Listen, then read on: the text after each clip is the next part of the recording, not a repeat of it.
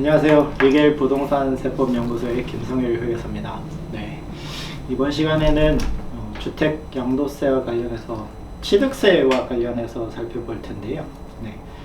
지난 10월 15일 대책 발표로 인해서 서울과 경기도의 12개 지역이 이제 조정 대상 지역으로 지정이 됐습니다.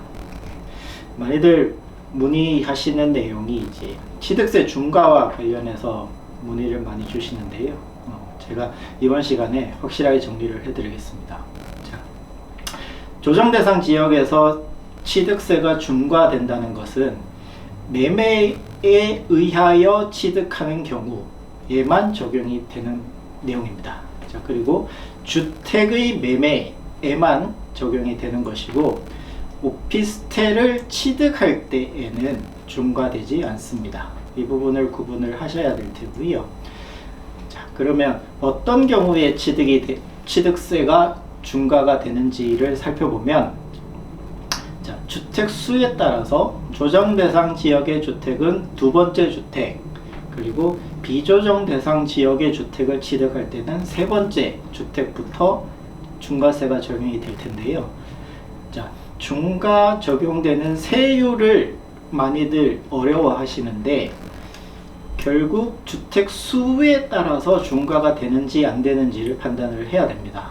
그러면 주택 수의 판단을 어떻게 하느냐 라고 살펴보면, 기존 주택을 매수를 하는 경우에는 매매 계약서를 쓴 그 주택과 기존에 보유하고 있는 주택에 대해서 동일 세대, 자, 세대 이야기를 이제 앞으로 계속 할 텐데요. 동일 세대, 주민등록 등본상에서 주소지를 같이 하고 있는 본인과 배우자, 직계, 존비속을 포함을 해서 이야기를 합니다. 자, 이 등본상에서 같은 세대를 기준으로 소유하고 있는 주택을 다 합산을 하고요. 거기에 이번에 매수하는 주택의 수를 포함을 해서 2주택인지 3주택인지를 판단을 하게 됩니다. 그러면 이 중과세, 취득세 중과세를 피하기 위한 방법은 어떤 것이 있느냐? 자, 주택의 취득에는 계약을 하고 잔금까지 시간이 제법 걸리기 때문에 중간에 정책의 변경이 될 수 있습니다. 이번처럼 10월 15일에 계약금을 보내고 계약서도 작성을 했어요. 그런데 잔금은 10월 16일 이후에 진행이 된다. 이런 경우에는 10월 16일에 새로 조정 대상 지역이 된 주택을 취득하는 경우에는 비조정 대상 지역을 취득한 것으로 보고 판단을 합니다. 계약금을 지급한 내역과 계약서 작성한 내역 등이 확인이 되는 경우에는 도중에 정책 또는 법이 바뀐 경우에 해당하기 때문에 비조정 지역 기준을 적용을 할 수 있습니다. 자, 그런데 어쨌거나 조정 대상 지역의 주택을 두 번째로 취득을 하는 경우에는 중과 적용을 고려를 해야 될 텐데요. 자, 두 가지 방법이 있습니다.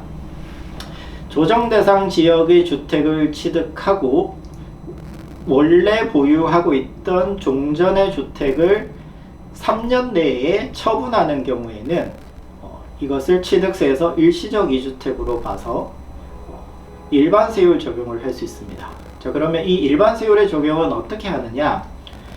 조정 대상 지역의 주택을 두 번째로 취득할 때 나는 원래 보유하고 있던 주택을 처분할 테니 일반 세율 적용을 해주세요 라고 신고를 할 수도 있고요.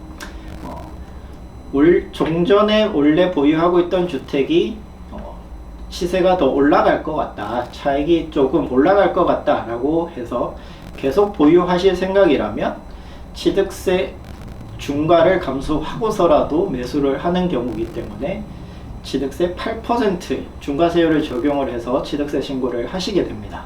자, 그런데 그 이후에 계속해서 보유하고 있던 주택을 다른 이유로 신규 주택을 취득하고 3년 이전에 종전주택을 매도하는 경우에는 처음에 8%로 냈던 주택에 대해서 경정 청구를 신청을 해서 일반 세율과 차이 나는 부분을 환급 신청을 할 수도 있겠습니다. 자, 근데 보통 보시면 3%, 9억 넘는 경우 3%의 세율과 8% 세율의 차이가 제법 크기 때문에 대부분의 경우에 일반 세율로 신청을 하시고 종전주택을 매도하는 경우로 진행을 하시게 됩니다. 자, 그리고 제가 서두에 말씀을 드렸는데 오피스텔의 경우에는 취득세가 개정된 2020년 8월 이후가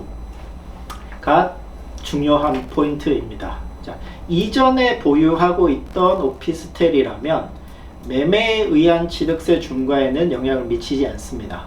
자, 그런데 2020년 8월 이후에 오피스텔을 매수를 하시고 그 오피스텔이 재산세를 주택분으로 납부를 하고 계시다.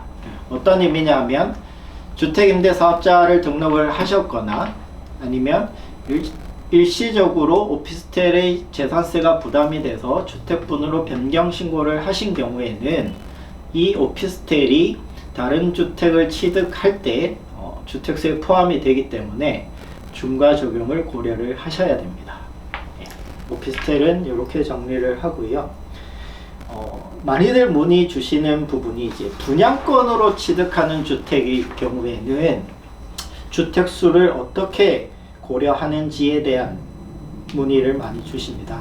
자, 분양권으로 취득하는 주택의 경우에는 분양에 대해서 청약을 당첨을 받아서 입주, 준공 때 취득을 하시거나 분양권을 전매를 해서 취득하셔서 이제 잔금을 납부하고 취득하실 수가 있는데 취득세를 납부를 하는 시점은 분양권이 주택이 되는 시점, 그 시점 기준에 납부를 하는 것이고 분양권 그 자체로는 취득세 대상에 해당되지 않습니다. 자, 그런데 취득세 중과 적용이 되기 때문에 이 분양권으로 취득하는 주택에 대해서 몇 주택 취득세를 적용을 할 것이냐의 주택수의 판단은 주택이 되는 분양권 잔금 납부 시기가 아니라 분양권을 취득한 날 기준. 그래서 2주택 보유자가 분양권을 세 번째 주택으로 취득을 하고 분양권 잔금 납부 시점에 기존 보유하고 있던 2주택을 모두 매도하는 경우에도 이 분양권으로 취득하는 주택의 경우에는 3주택 취득세를 적용을 해야 됩니다. 이 부분에 대해서 많은 분들이 이제 어려워 하시기 때문에 주의를 하셔야 되겠습니다. 자, 이번 시간에는 취득 조정 대상 지역이 되면서 취득세와 관련한 부분을 살펴봤습니다. 다음에는 또 다른 주제로 찾아뵙겠습니다. 감사합니다.